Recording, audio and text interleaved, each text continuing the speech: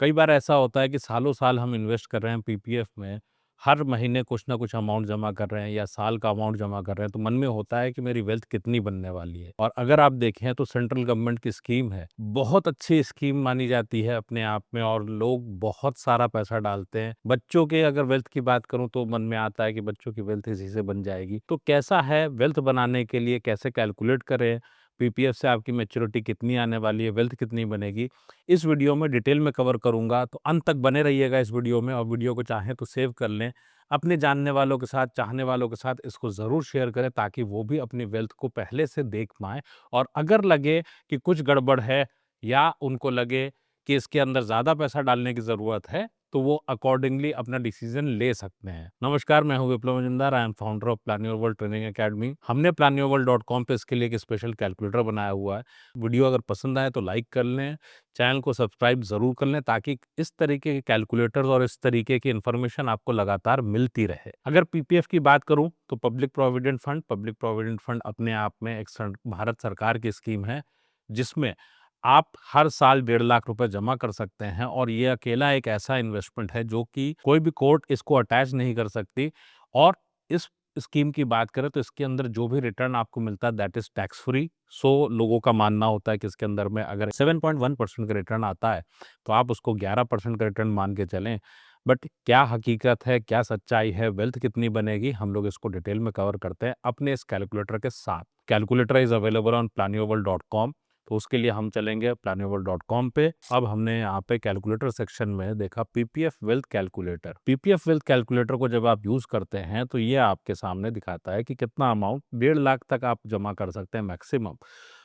कितना अमाउंट आप जानना चाहते हैं ये आपके ऊपर है। आप 1 लाख करें, उसको आप 1.5 लाख रुपए करें। यहाँ पे हमने आपके कैलकुलेशन के लिए इसको 1.5 लाख किया। 7.1% का इसमें रिटर्न आता है। अगर मैं बात करूं कि इसमें कितना बढ़ के हम कंसीडर करें, जब आप इसको मान के चलते हैं कि इसमें टैक्स फ्री है तो ज़्यादा रिटर्न मान लें, ऐसा कुछ भी नहीं है।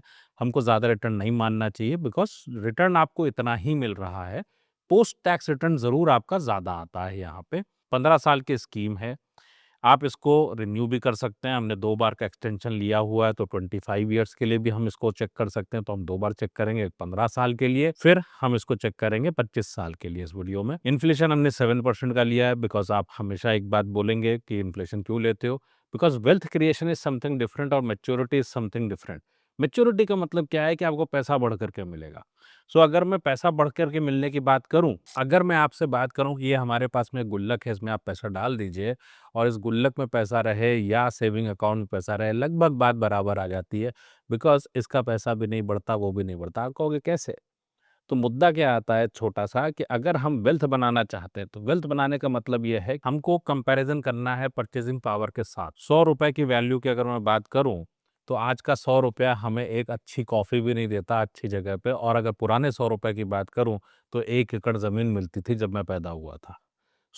इम्पॉर्टेंट फैक्टर क्या आते हैं कि वेल्थ का कंपैरिजन अगर करना है तो सालों साल इन्वेस्ट करना या मैच्योरिटी अमाउंट लेने में कोई बहुत बड़ा मजा नहीं है।